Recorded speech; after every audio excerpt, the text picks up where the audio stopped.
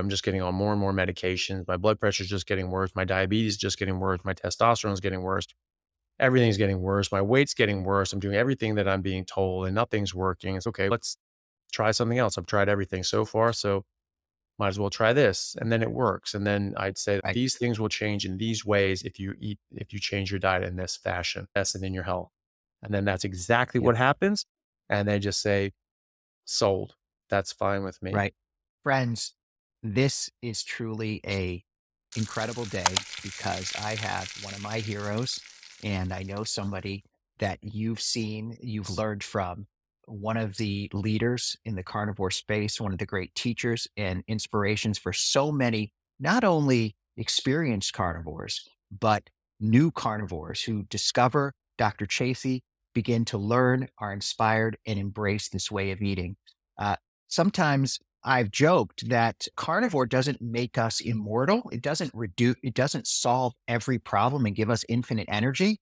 But the only exception to that rule is Dr. Chafee because he is so incredibly prolific, productive, helpful, active, constantly teaching people, not only in Australia where he is, but around the world. And so I am so honored that he accepted my invitation to be interviewed and to let me ask him some questions and tell his story. So welcome, Dr. Chafee. I can't tell you how honored I am to have you. I mean, Yeah. that's Well, a very yeah. flattering introduction. Really appreciate that. It's all true. It's all true. When I told my wife that I had the opportunity to interview you, she knows I was incredibly excited. She's like, "You love Dr. Chafee. He got you started." So I, one of the things that I talk about on my channel is a lot. And the reason I started it is non physical benefits of carnivore, the mental health aspect, the sense of calm, the reduction in anxiety, the ability to focus so much more. To me,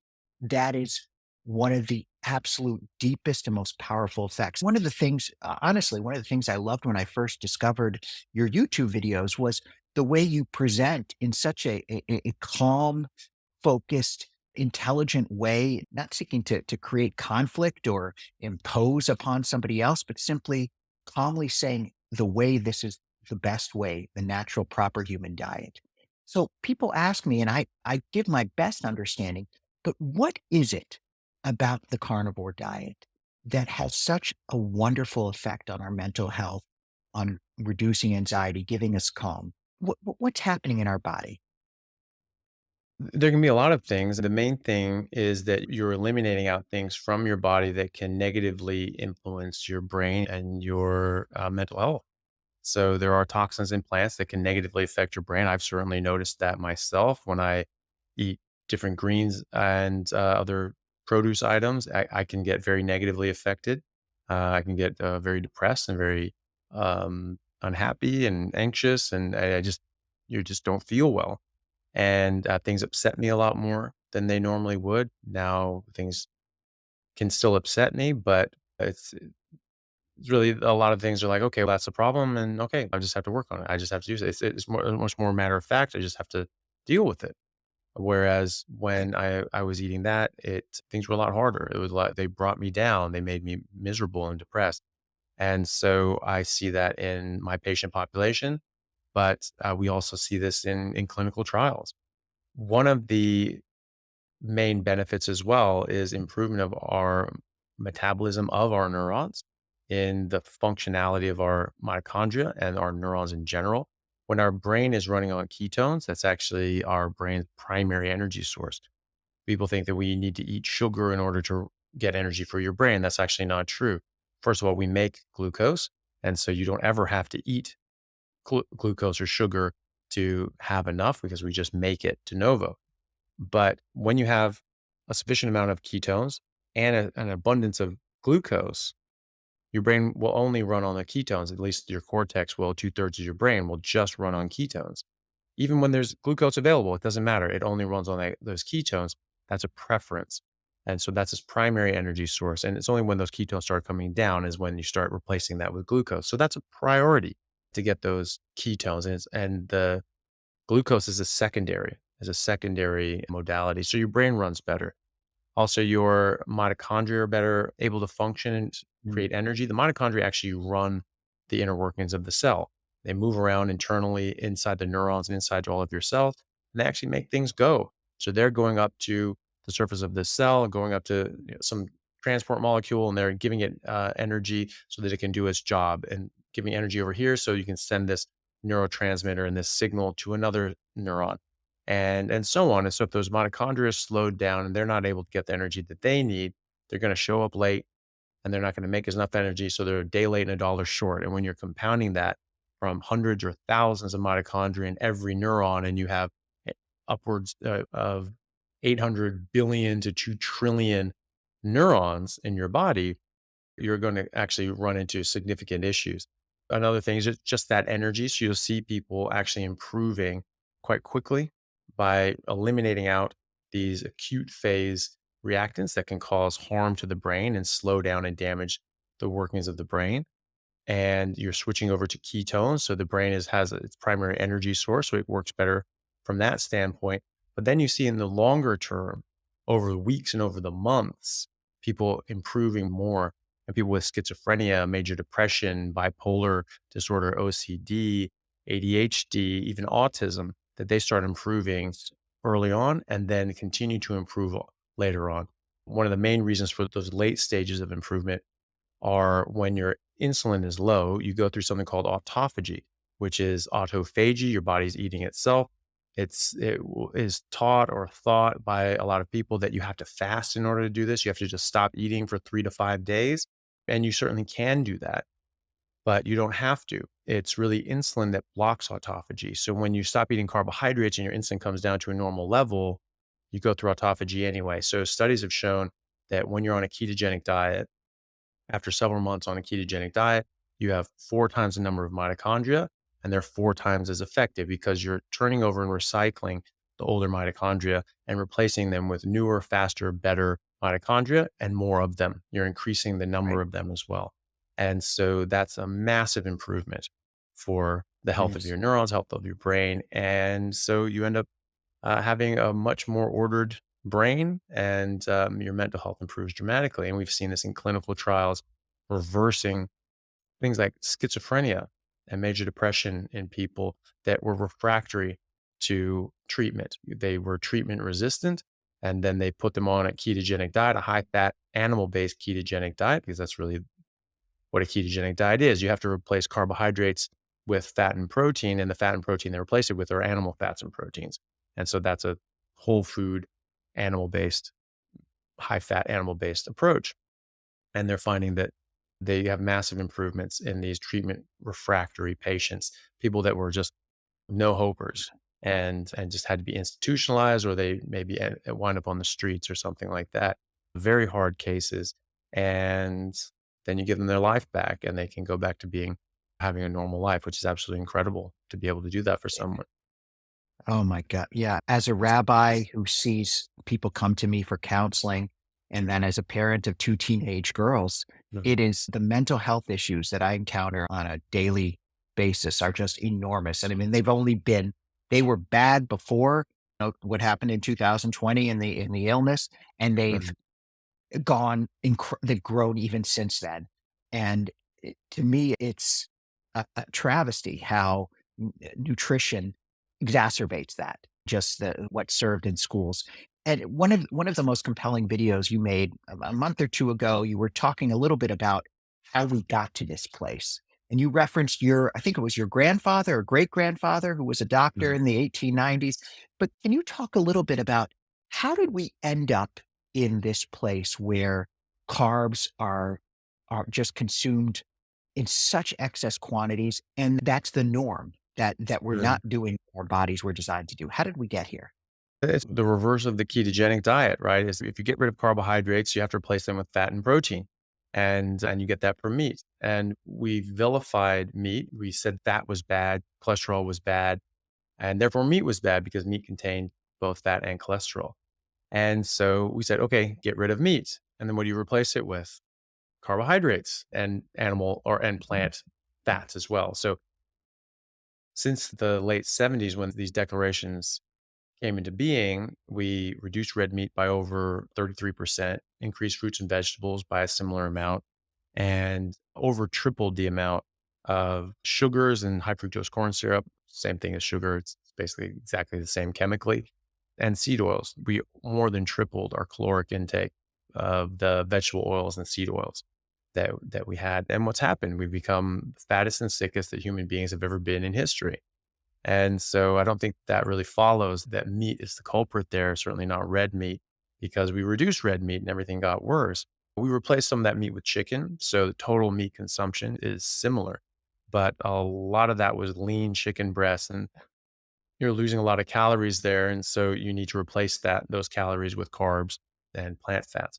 So that was the main ones when they vilified meat, and that the vilification of meat goes back a long way. But when you see when you see the rise in chronic diseases, that's really a new phenomenon that they really didn't exist in any great number before the 20th century. There were chronic diseases, but they some of them were different, and some of them were just very low in prevalence. We had autoimmunity and rheumatoid arthritis in the 1800s, but it wasn't anything close to what it is now.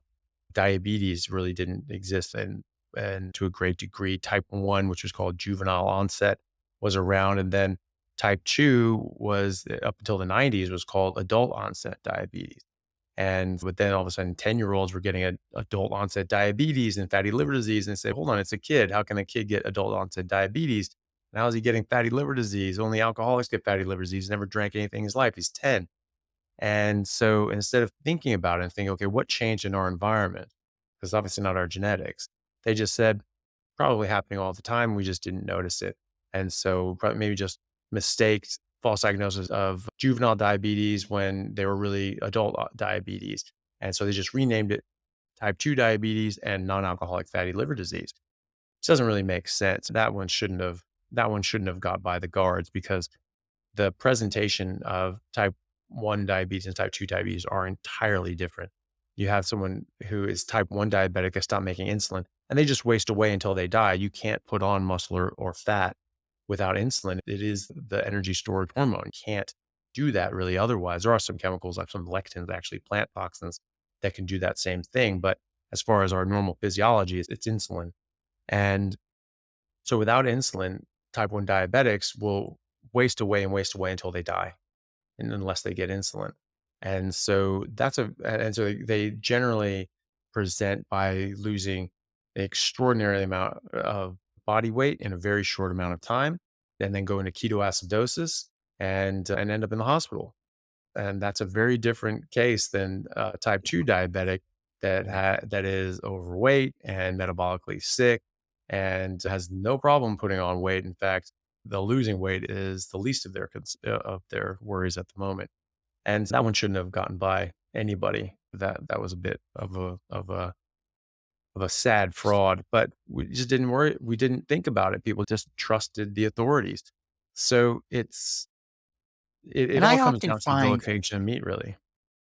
that's right. And I often find it's not the so I know you come from a family of doctors too. My dad is a doctor. My grandfather was a doctor. And sometimes in the carnivore community, we sometimes tend to demonize doctors sometimes, not you, obviously, not other carnivore doctors, but people. And I don't think it's the doctors often, it's the system itself where doctors are often. My dad was a psychiatrist, and he was basically allowed to see patients for 10 minutes if they were covered by Mm, certain insurance. If it was a private pay, it's a different story. But our system is set up so that you get in these patterns of diagnoses, and you have to get through so many patients. You can't really dive deep into the issues. Some yeah. doctors do, thank God, but I could see how that would happen with adult onset diabetes. Another topic that is people ask me about that I know is a tremendous issue and that I personally am involved in right now is cholesterol and how that became demonized as well. I think one of the ways you know you're really invested in the carnivore story, and you have to have the confidence in what we're doing, is when, as a carnivore, even keto, your LDL goes way up, your LDL Yeah. cholesterol. And my last one was 354, and my doctor, my GI, was just shocked, and I was very happy with it.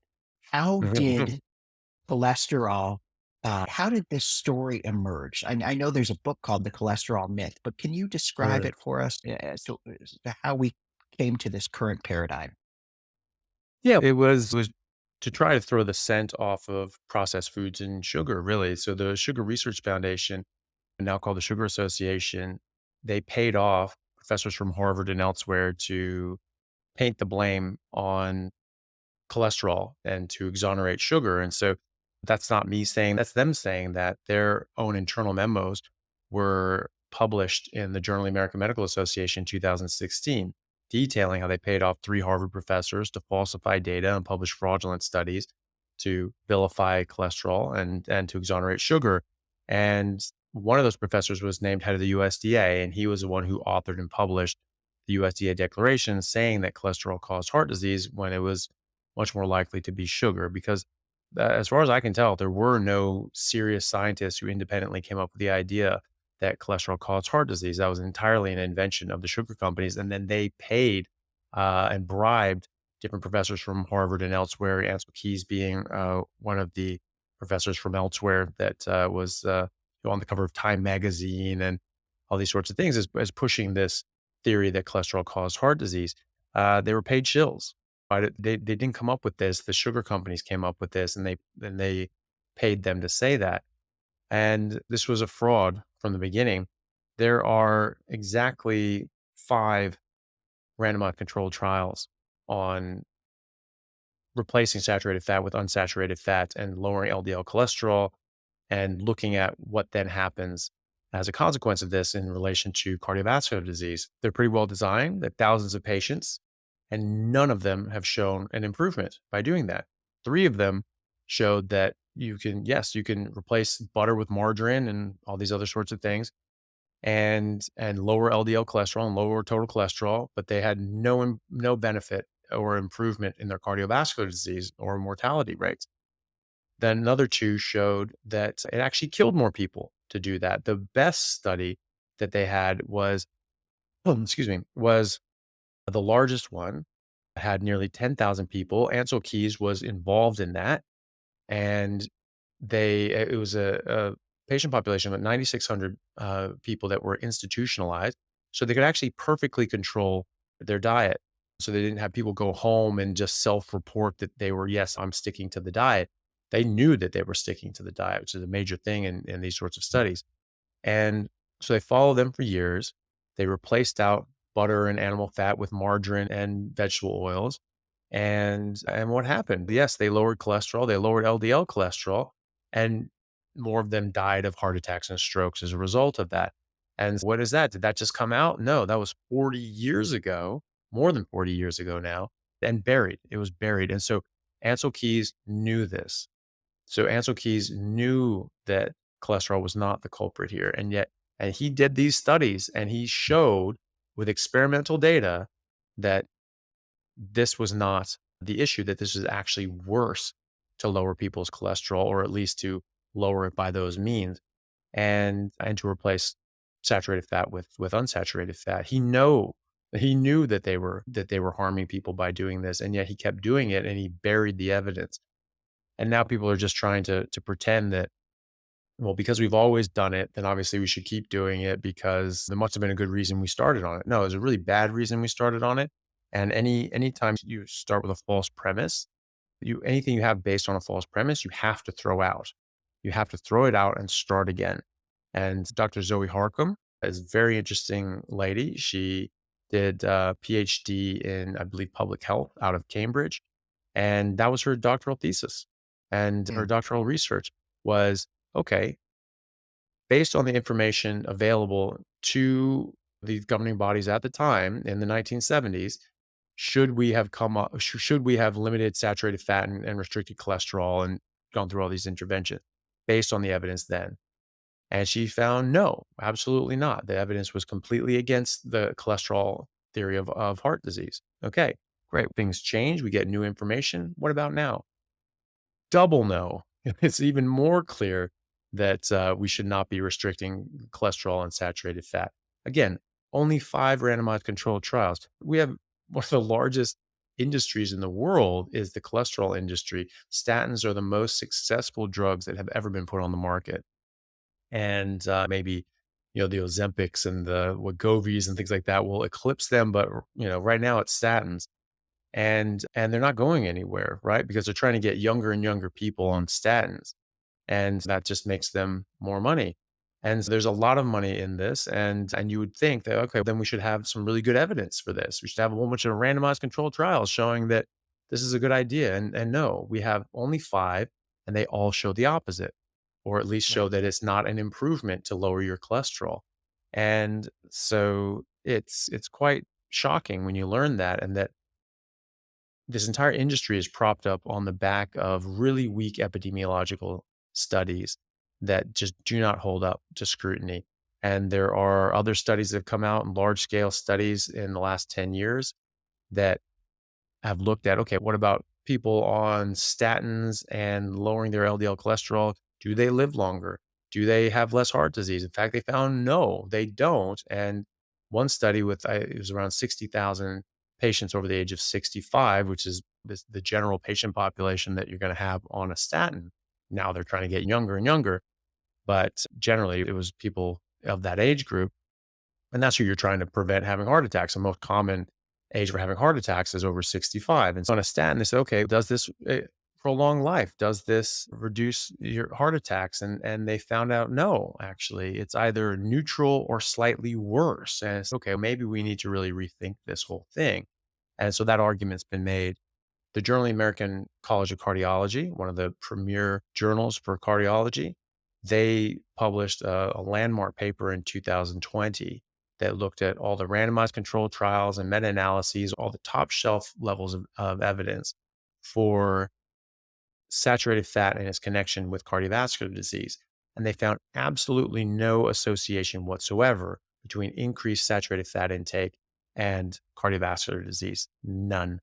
And in fact, they found a protective mechanism between increased levels of saturated fat intake and stroke. So that the higher saturated fat people ate, the less strokes they had. The less saturated fat they ate, the more strokes they had. And so the idea that we should be limiting saturated fat and restricting this from people is not in keeping with the evidence. Yeah, that's you just summarized it so well. This is one of the reasons I began my channel is the moral imperative of it. I think this is an issue of people's health, people's the way people connect with one another, surviving. When Judaism, whenever we are in a moment of joy, we say l'chaim, to life. And that to me, this is about enhancing our life, adding life to our years. And that's a moral imperative. We do so much for our health. And to ignore this way of eating and everything that has gone into creating this paradigm is it's mind-boggling. I mean, it shows the way certain conceptions can take hold and they're very difficult to break. And I think that's we know it's broken, but we don't quite know what to do to fix it. We know what to do, but to spread word is so difficult. As somebody who sees patients, you not only obviously do research but and know the research, but somebody who sees patients, what are the biggest challenges? What do you find is most difficult for people in embracing this way of eating? A big one is the cholesterol because that's been so drilled into our head. That's something that we have to do. That's usually pretty surmountable. But some of the biggest deal is it's just such a departure from what they've been doing their whole life. They think, I don't know how I'm going to do that. I don't know how that works. Once you show them and discuss with them the benefits of this and why it makes sense and why it matters and why it's important, and you talk to them, I have a bit of an advantage because when I'm seeing them in that context and I do a very deep dive into their blood work, do a deep dive into their history, talking about all their health issues and problems. And then I can actually tell them based on different studies or my experience, what they can expect with these dietary changes. Look, going through their blood panel and saying, look, this is a direct result of eating this way. Your fasting insulin should never be above 7, 8, or 9. Really, it should never really be above 9. Absolutely. And you have people that are fasting insulin are 35. One guy was 72. 72 was his fasting insulin. And so when he's not fasting, that's going to be much higher than that. Again, insulin affects over 100 different mechanisms in your body. If it's around a 5, which is a good number for your fasting insulin to be, it's affecting everything at a 5, and that's everything's in balance. When you eat pasta, it jumps up to 35. It's affecting everything at a 35, right? So that's a problem. Now your fasting insulin's at 72. That's not going to be Yeah. good for you. And so you talk about that and you show the other hormones and how they're being affected by it. It's going to lower women's estrogen. It's going to put them into early menopause and give them polycystic ovarian syndrome. Lower men's testosterone, lower everyone's growth hormone, which is the hormone of youth. It helps rebuild and repair our tissues so that we stay younger for longer. And when you are eating carbohydrates, that raises insulin, blocks the action of growth hormone. And so you age faster. So that's not what you want. And you can show these numbers in real definite term and many more that go into that as well. And you can discuss the mechanisms of actions, the physiology behind that.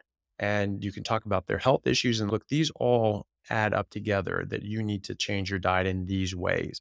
And I have a motivated patient population because I'm Right. not just getting people off the street. They're coming to me because they've heard that I can help people and that they Yeah. know people that have gotten good results. There's a lot of word of mouth advertising that goes around and we talk about it and so a lot of people are like, okay, that makes sense. I'll give it a try. And I give them some resources, things to read and things to watch in that regard. But that's a big one. It's just a big lifestyle change. But a lot of them are very Yeah. motivated in order and want to try something and they come because the medical establishment hasn't worked, it hasn't worked out for them, is great for acute care. It's brilliant for surgeries and acute management. But the chronic disease side of things, we have really not, we've just laid an egg on this one. And so we have to do something else. And patients see that and they're like, okay, I don't feel well. I don't feel good. I'm just getting on more and more medications. My blood pressure is just getting worse. My diabetes is just getting worse. My testosterone is getting worse. Everything's getting worse. My weight's getting worse. I'm doing everything that I'm being told and nothing's working. It's okay. Let's try something else. I've tried everything so far. So might as well try this. And then it works. And then I'd say that Right. these things will change in these ways if you change your diet in this fashion, that's in your health. And then that's exactly Yeah. what happens. And they just say, sold. That's fine with me. Right. But yeah, You have a motivated population. yeah. What you tell them works. This is, to me, one of the big issues. And this isn't just in healthcare. This is in finance and investments and relationships. So much. Who do you trust? That is, Mm, who do you trust? And that can be confusing for people. Just the average person, if they're getting studies saying cholesterol is horrible, and then they're in saturated fat is horrible, and then they're hearing other messages, saturated fat is good for you and cholesterol isn't bad, it can be confusing.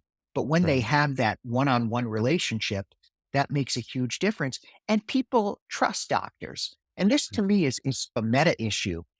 I- Obviously, if more doctors became, we need 10,000 Dr. Chaffees, but if more doctors became knowledgeable and conversant in what keto and carnivore can do for our bodies, there would be such a great sea change in health.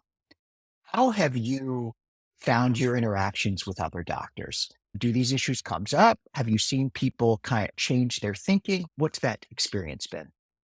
It's been very positive for the most part. The doctors that I speak to about it, they're genuinely interested and they have the same questions. What about cholesterol? And what about fiber? And what about the nutrients? Are you missing anything? Can you just do this?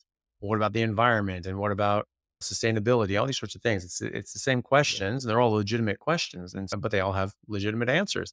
And because most doctors, not all of them, but most doctors actually came into the profession because they wanted to help people. They like the idea of being able to fix people and cure disease and do good things for their fellow man. That they look at that and go, "Oh, that's interesting," and they're interested and they're evidence driven by and large. And so they hear that and they go, "Oh, okay, but what about this? What about this?" And you lay out the arguments and you show them the studies and the data and the evidence for that, and they say, "That sounds great." And so a Mm. lot of people have become very interested in it. Now, maybe they don't necessarily do it themselves or incorporate it into their practice, but a lot of them do. And I've had a lot of colleagues and friends of mine that have become very interested in this, have done it themselves, have found that it improved their health. They started looking into it more and they started applying it to their patient population with extraordinarily good results. And so it's something that The pudding. Well, there it is. Yeah. I mean, you just, it doesn't matter what a study says. It doesn't matter what I say or anybody else says. All these points of information and studies, all they can do is help guide you and make a decision. And then you make a decision and say, okay, I'm going to give it a try and see if it does help my Crohn's disease. And then you do it and it does. That's what matters. And someone says, well, no, it's not going to. Here's this study that says it won't, but you do it and it does. That's all that matters. That's the only thing that matters. And so a lot of people are doing that now. And they're saying, okay, I'm on board. I'm semi convinced. I'm willing to give it a try anyway and see what happens. And then they get the positive results. They say, okay, I guess they're right. And they go from there. And so a lot of doctors are coming to this. Though I, I normally work in neurosurgery as well as a private practice in metabolic medicine. The reason I work in this metabolic medicine practice is because the practitioner that was there, we just met through friends and we got to talking about this, and he used a lot of diet and lifestyle interventions in his practice. And then so he was very interested in my thoughts and research into the carnivore diet and just started picking my brain and asking me about all these sorts of things. I started sending in resources and studies, and he thought, wow, this is really interesting. And then he just did my bloods. He just said, okay, you look great. You look like you're fit. Let's check under the hood. Would you be interested in doing that? I was like, sure. It's academic. I'm putting in my body what's designed to go in my body. And so whatever happens on the other side of that is supposed to happen. So I never really worried about my blood work because I felt great and Right. I trusted the physiology. I'm putting in the right inputs, and so my bloods are going to do what they're supposed to do. And that's exactly what happened. So it is nice to prove that. But when we checked my blood work, we did a very deep dive into my blood panel, my hormones, and all these and nutrients and vitamins and things like that. And he said that if you took 100,000 people my age off the street, that my test would be number one without a shadow of a doubt. And so he said, okay, I'm really interested now. Let's talk more about this carnivore diet over a steak sometime. Right. And then he is much more meat based now. He eats a lot more Right. meat. He's predominantly meat. He still has some other things, but he dips on and off, full carnivore or not. And but that's what I see in a lot of people around. They eat a lot more meat. Maybe they don't, maybe they go full carnivore for a while. Maybe they stick with it. A lot of people have, or maybe they just eat a lot more meat and a lot less of the other stuff. Either way, they're improving their health in the right direction. And he saw the benefits in my blood work and the benefits in himself. And then he started suggesting it to his patients Mm. and it worked.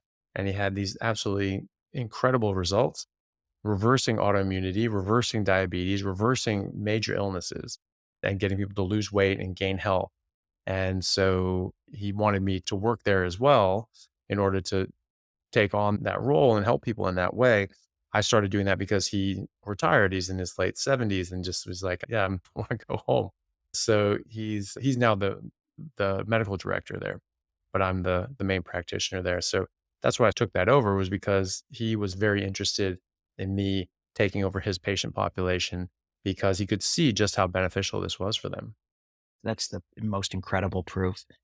Do you one of it, for somebody who's just getting started, who Mhm, just wants to learn, who's ready to take the first step, maybe they don't even have, maybe it's not out of desperation, maybe it's more out of optimization, but they don't feel 100%. They know something's wrong. mhm, What do you point them to? How do they get started? There's no introduction to carnivore book. Maybe you got to mhm. write that. But what do you refer to people who just want to get started and change their paradigm? So I generally have a few videos that I've made on the subject that I think are really good introductions to the ideas behind a carnivore diet. Dr. Great. Baker has written a book, The Carnivore Diet, Yeah. and he talks about that. And there are a couple of these things out there. There are even older ones. Go back to the 1800s. Dr. J.H. Salisbury, who was a New York doctor in the 1800s, he did a 30-year research project into the optimal nutrition for human beings. And he studied this very closely and did experimental trials with different sorts of foods. And he found that people that were eating more plants were getting diseases other people simply weren't. And then he found that he could cure them by putting them on a pure red meat and water diet. And that's what a Salisbury steak is. It's just Yeah. a hamburger patty ground up in a way that it filters out the connective tissue and gristle. Right. And so that's very digestible. And you absorb nearly 100% of that and have almost no waste after that. So if you have bad Crohn's disease or bad intestinal diseases, then it just settles it right down because you're just completely resting the bowel.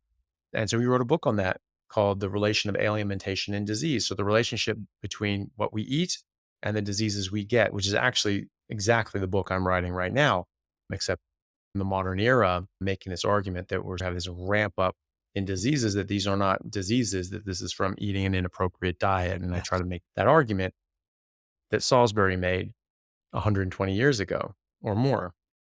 And other people Right. made it too. Dr. Walter Vogelin made that argument in 1975. He wrote a book called The Stone Age Diet. And he said, Yep. look, humans are carnivores. Here's the evidence for that. And this is how it applies to medicine. And he was a gastroenterologist. He basically argued, if you don't eat plants, my specialty doesn't need to exist.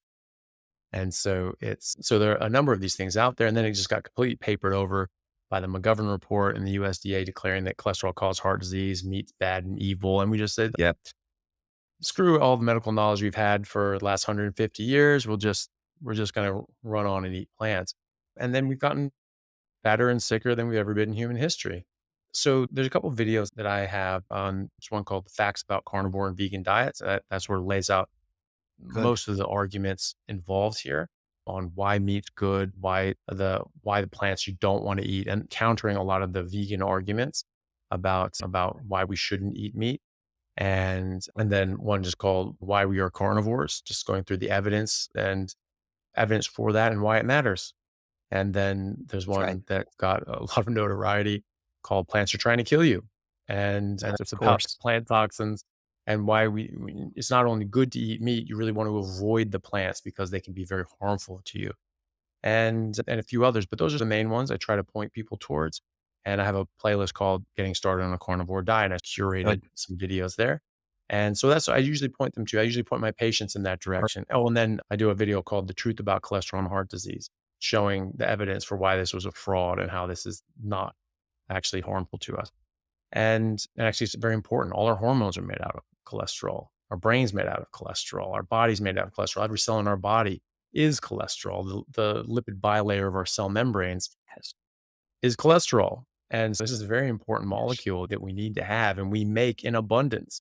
So the idea that we're just making poison continually and then using that poison for normal things is a bit absurd. And so you're not going to physiologically, in normal circumstances, make something harmful to you. You can get blood sugar that's too high, and that can be harmful to you, but you're not going to do that in a physiologically normal state. In fact, your body keeps it under very tight control, just like it keeps your blood pH under tight control. Because if that goes too high or too low, that's bad. And so we keep our LDL and cholesterol in tight control. We keep that exactly where our body wants it. And it starts getting That's right. out of balance because of something we're doing to manipulate it. That's probably going to cause us harm. And when you fast, when you just stop eating and let your body go back to a physiological reset, what happens? LDL goes up, total cholesterol goes up, HDL goes up, triglycerides go down. That's the exact same thing that happens when you go on a carnivore diet. Yes. Exactly the same thing. And so it's much more likely that's our physiological set point, and that's where we're supposed to be.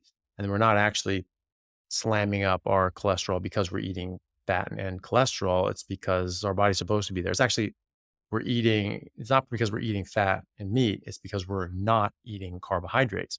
That's right. Because if you just stop eating carbohydrates and you don't eat fatty meat, LDL still shoots up. It's a physiological state. It's not because of the fat or the meat.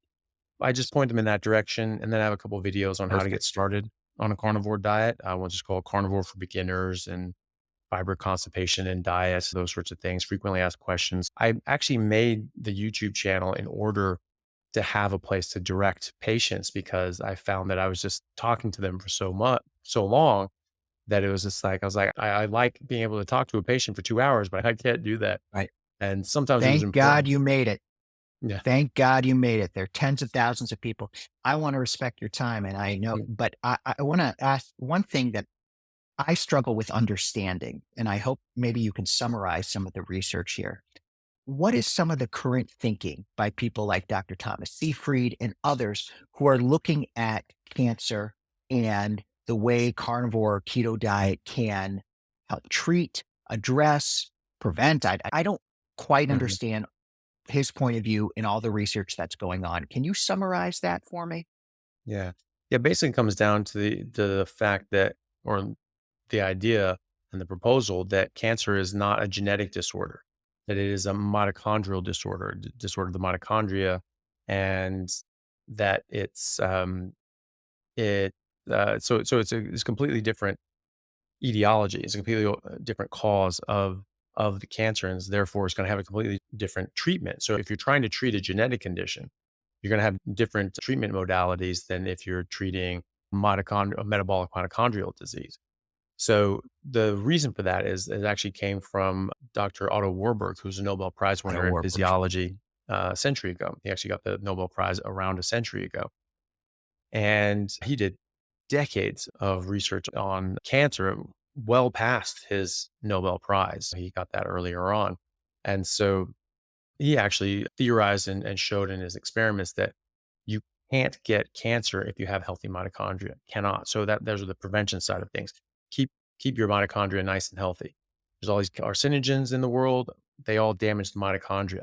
There's plant toxins that are carcinogenic. They damage your mitochondria. Cyanide, it's in a lot of different plants, and that directly damages your mitochondria. And now, for some damn reason, people are taking in cyanide containing apricots, pits, or something like that. And they're saying, oh, this is going to help cancer or something like that. They don't even have cancer. They're just trying to take cyanide to weed this stuff out. That's reckless to me because the cyanide damages the mitochondria.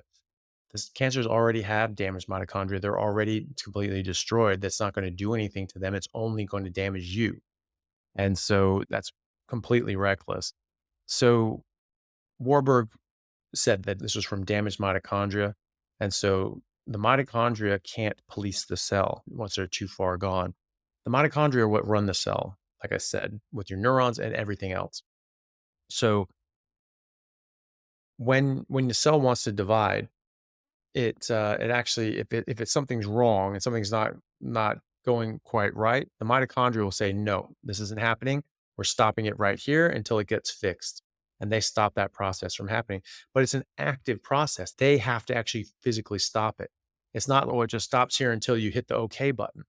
They have to go and stop it, right? So it requires healthy mitochondria. And if you have damaged mitochondria and they're just dysfunctional and just floating around little dead ghost ships inside your cells, they can't stop it. And the cells just divide out of control and you get unregulated cell growth and division. And that's a hallmark of cancer. That's what cancer is. It's just unregulated cell growth. And then if a cell is too damaged and it needs to be shut down through apoptosis, where the cell kills itself and programs self death, and just, oh, this has to go away now. It's the mitochondria that action that kill switch. So they send the signal out saying, "No, no, this is too far gone. We got to go now." It's the mitochondria that then do something about it. So you can have pro-cancer oncogenes and things like that. You have your P53 that gets damaged. That's a little policeman that sort of stops these things. And but you have all these signals that say, okay, something's damaged. We need to kill ourselves. But one of Right. the hallmarks of cancer is it can't kill itself. Why is Right. that? Maybe it could be because it's not sending the signal. But even if it is sending the signal, if it has damaged mitochondria, the mitochondria are the one that do the job, and so they can't actually action that. So when you have damaged mitochondria, you get complete dysregulation of the cells. And so Warburg said again that if you have healthy mitochondria, you cannot get cancer. And so he demonstrated these principles and different sort of experiments that he ran. He wrote a very landmark paper, or it was a landmark paper back in the 1950s, I believe 1951, just called "The Origins of Cancer." And he just showed this. And then Watson and Crick came out with the double helix of DNA, and they just said, nope, everything's DNA. That's all it is, which is, it's unfortunate that we lost sight of this in the 50s because we had the answer right there. But Professor Siegfried from Boston College, very bright guy, he did his postdoc at Yale and has been a full professor for quite some time, teaches cancer biology. And he said, look, when you understand the biology of cancer, you understand that this is a metabolic mitochondrial disease, and the treatments that we're using now make no sense. And so we're treating this in the wrong way. And so there are hundreds of studies in humans and animals showing that putting people on a ketogenic diet for cancer is called ketogenic metabolic therapy and lowering the blood sugar. That actually can significantly help treat cancer. One of the things called the Warburg effect, which is that he showed, which is that cancer cells, because of their damaged mitochondria, because they have to go through a different kind of energy production called substrate level fermentation, they can't go through oxidative phosphorylation in the mitochondria. That these cancer cells require 400 times the amount of glucose as normal cells. And when you're eating bread and carbs and things like that, you jack up your blood sugar, and then that gets taken in by those cancer cells. This is how we actually look for metastases in radiology. We look for PET CTs. How do we do that? We see this. Oh, that's a spot. And we see all these cancers all over the body. But how do we see that? Why does it light up? Because we give them an injection of radio labeled glucose, and we see where that glucose goes. It's not just dispersed Mm, throughout the body, mm. and this is just taking some up. It just sucks all that in and takes that out of the bloodstream. Every time you have a sandwich or some bread or some crackers, think about that PET scan and all that those cancer cells sucking up all that glucose because that is what you're doing. So Siegfried actually showed this in experimental research that if you have healthy mitochondria, you can't get cancer. First of all, there are cancers that have no genetic changes whatsoever, none. And other cancers have cells that behave as cancer or in the big tumor body. Some of them have cancerous DNA, these genetic changes that we associate with cancer, and others don't. Some are completely normal. And like I said, some entire cancers have no genetic changes whatsoever, but they all have damaged mitochondria. All known cancers have mitochondrial damaged mitochondria. We can see this on electron microscope. They're just gutted.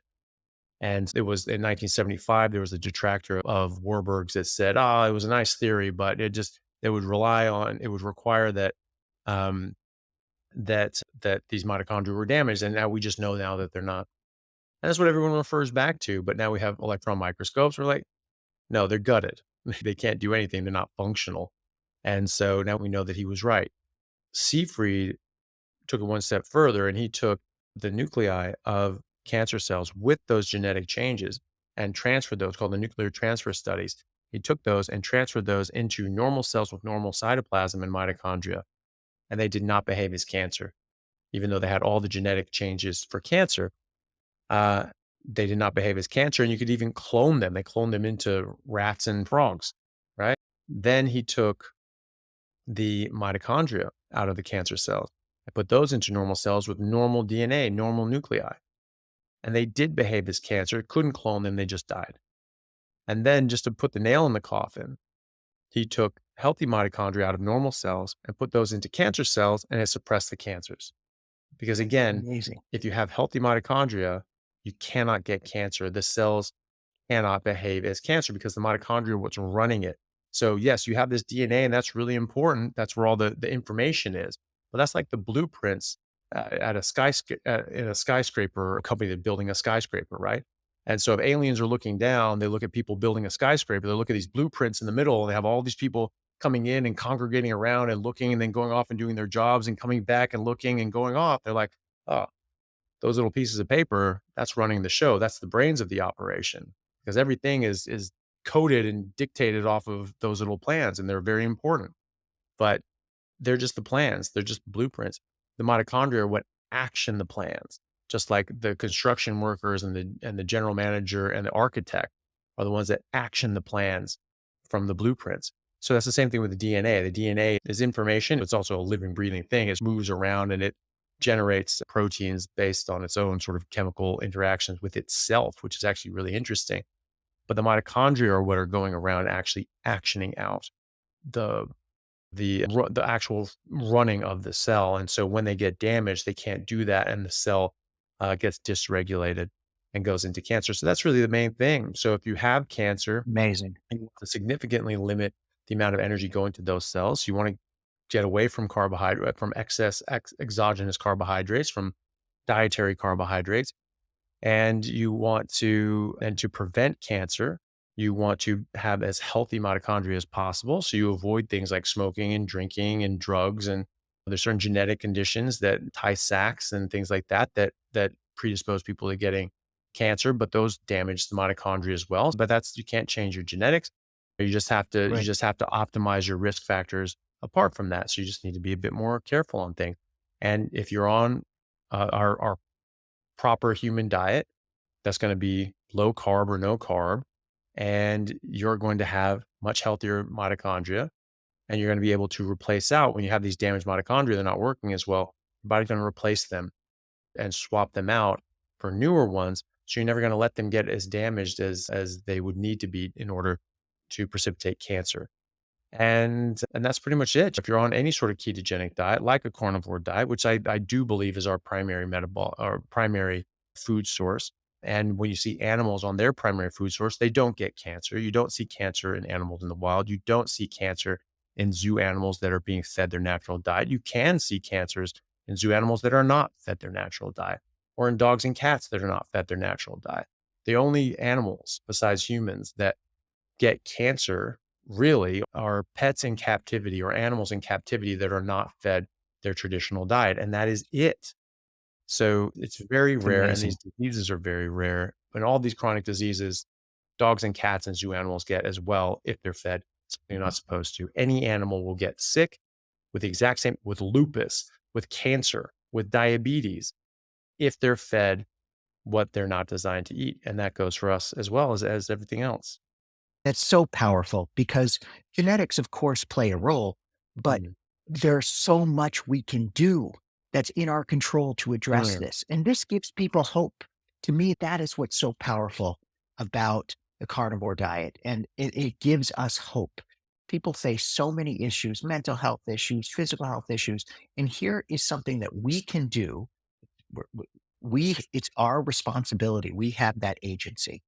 And Dr. Chafee, you've given so many people hope. You've given so many people knowledge. I can't tell you what a privilege it is. I know I'm doing a lot of flattery, but it's honest. It is tremendously, I'm tremendously grateful to you, as I know my audience is, and so many people who continue to watch your videos and look forward to reading your book and support your Patreon. And thank you for your time. Thank you for all of your teaching and your leadership.